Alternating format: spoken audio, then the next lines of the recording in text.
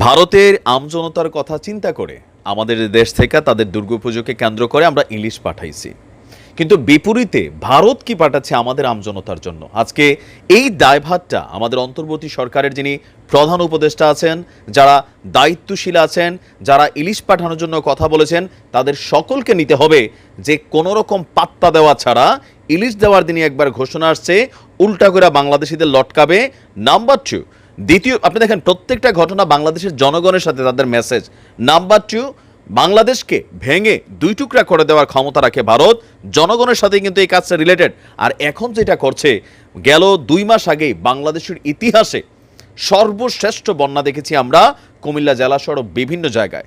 তখন আমাদের সরকারের উপদেষ্টারা বলছিলেন যে ভারতকে অদূর ভবিষ্যতে যদি তারা কখনো তাদের যেই কি বলা হয় যে আপনার কি বলে যে মানে পানির যে বাঁধগুলো আছে, লাইক তিস্তা বা অন্যান্য জায়গায় যে বাঁধগুলো আছে, এগুলো ছাড়তে গেলে আমাদেরকে আগে জানাতে হবে। কিন্তু আপনি দেখেন আবারও বাংলাদেশের বিভিন্ন জায়গায় এই মুহূর্তে বন্যা হচ্ছে।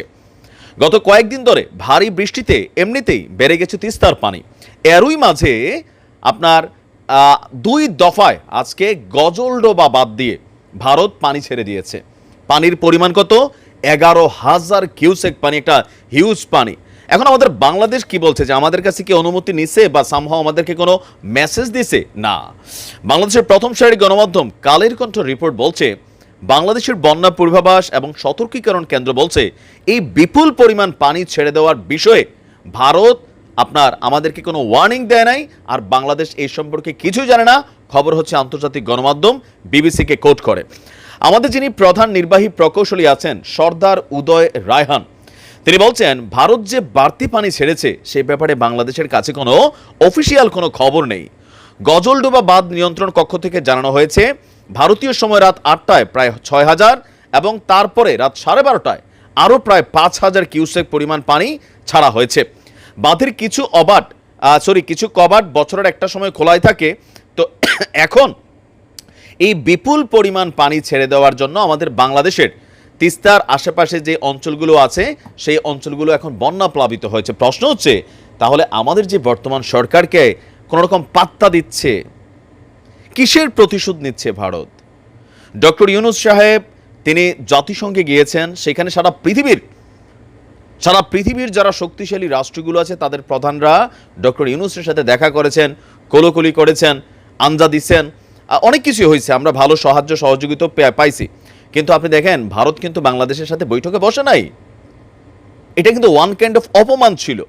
আর এরপরে যেই বন্যা নিয়ে এত কিছু হয়ে গেল, যেই বন্যা নিয়ে এত বক্তব্য আসলো, যেই বাঁধগুলো নিয়ে এত ধরনের প্রতিবাদ আসলো, সেই একই বাঁধ বাংলাদেশকে ওয়ার্নিং ছাড়া আবারও ছেড়ে দিচ্ছে ভারত।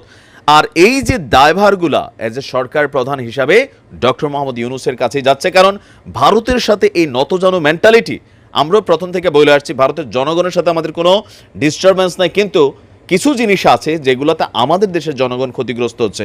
দেখেন ভারতের 3,000 টন ইলিশ পাঠাইছে, আমার এটা নিয়ে কোনো আক্ষেপ নাই। কেন? ওইটা ওই দেশের সাধারণ মানুষ খাবে। কিন্তু আমাদের সরকারও বুঝাইছে, এই বুঝটা আমরা মাইনা নিছি। কিন্তু এখন তারা যেই ঘটনাটা ঘটাচ্ছে এইটার ইফেক্ট তো আমার দেশের সাধারণ মানুষ হচ্ছে। এটা নিয়ে আমার সরকার কি করবে? প্রতিবাদ জানাবে। তো যেই মানুষগুলোর বাড়িঘর পানিতে চলে যাবে, মানে বসত ভেঙে যাবে, কি পুনর্বাসন করছেন? কুমিল্লা যে এত কিছু হয়েছে, আমার এলাকায় কয়টা পুনর্বাসন হয়েছে সরকারিভাবে? কতটুকু সাহায্য সহযোগিতা গেছে? দেশের মানুষ করছে। ডক্টর ইউনূস সাহেবের সরকারের যারা দায়িত্বশীল উপদেষ্টা আছেন, আমার মনে হয় যে আপনাদের আরেকটু কঠোর মনোভাব হওয়া উচিত। ভারতের খালি ডাইকাইনা প্রতিবাদ না। অবশ্য ভারতেরও দোষ নাই, বিএনপিও বলতেছে আমরা মিশতে চাই, জামাতও মিশতে চাই। সবাই যখন ভারতের তো প্রায়োরিটি দিচ্ছে, ভারত তো এই কাজগুলোই করবে। জানি না এটার আসলে কি প্রতিবাদ আসবে। ভালো থাকুন।